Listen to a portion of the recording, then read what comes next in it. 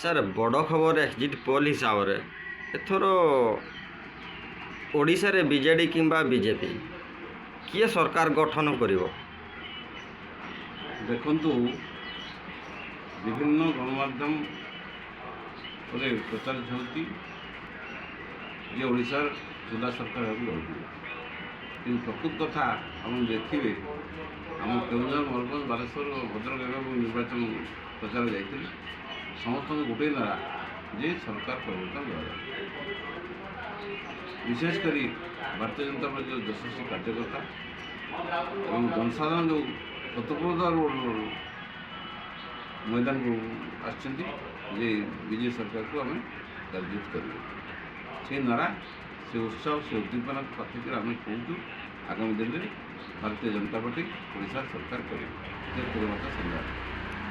ପାଟଣା ନିର୍ବାଚନ ମଣ୍ଡଳୀରେ ମଧ୍ୟ ଆପଣ ଯେଉଁ ବିଜେଡ଼ି ବିଧାୟକ ପ୍ରାର୍ଥୀ ରହିଛନ୍ତି ତାଙ୍କ ସହିତ ଆପଣଙ୍କର କେମିତି ଟକ୍କର ହେବ ଏବଂ ଆପଣ କେତେ ଖୁସି, କେତେ ଇଏ କରୁଛନ୍ତି? ଦେଖନ୍ତୁ, ଆମେ କାହା ବିରୁଦ୍ଧରେ ନିର୍ବାଚନ ପ୍ରଚାରରେ ଜିତିବା ପାଇଁ ଆମ ଉଦ୍ଦେଶ୍ୟ ନୁହଁ। ଆମେ ଆମ ନିଜ ଚିନ୍ତାଧାରାରେ ଭାରତୀୟ ଜନତା ପାର୍ଟିର ବୈଚାରିକ ଦୃଷ୍ଟିକୋଣ ସେ ନିର୍ବାଚନ ଲଢ଼ୁଛୁ। ଆମେ ନିଜ କଥା ପ୍ରଚାର କରି ଆମେ ନିର୍ବାଚନ ପାଳନ ସବୁବେଳେ ଚେଷ୍ଟା କରୁଛୁ। ବିଶେଷ କଥା ହେଲା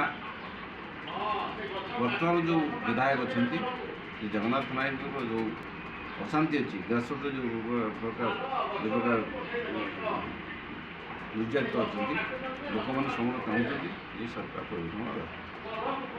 ତେଣୁ ଆମକୁ ସମସ୍ତଙ୍କର ଉତ୍ସାହ, ସମସ୍ତଙ୍କ ଉଦ୍ଦୀପନା, ସମସ୍ତ ଜନସାଧାରଣଙ୍କର ଯେଉଁ ଉତ୍ସାହ ଅଛି ଯେ ଭାରତୀୟ ଜନତା ପାର୍ଟି ଏଠି ସରକାର କରିବ, ସେହି ନାରାରେ ସମସ୍ତେ ଅଛନ୍ତି ଏବଂ ଭାରତୀୟ ଜନତା ପାର୍ଟି ଜିତିବୁ ଏହି ପାଟଣା ନିର୍ବାଚନରେ ଅଧିକ ସଂଖ୍ୟା ବ୍ୟବଧାନ ଏବଂ ଭାରତୀୟ ଜନତା ପାର୍ଟି ଆଗାମୀ ନିର୍ବାଚନରେ ଓଡ଼ିଶା ସରକାର ଯାଉଛି ଯେତେ ଶୂନ୍ୟ।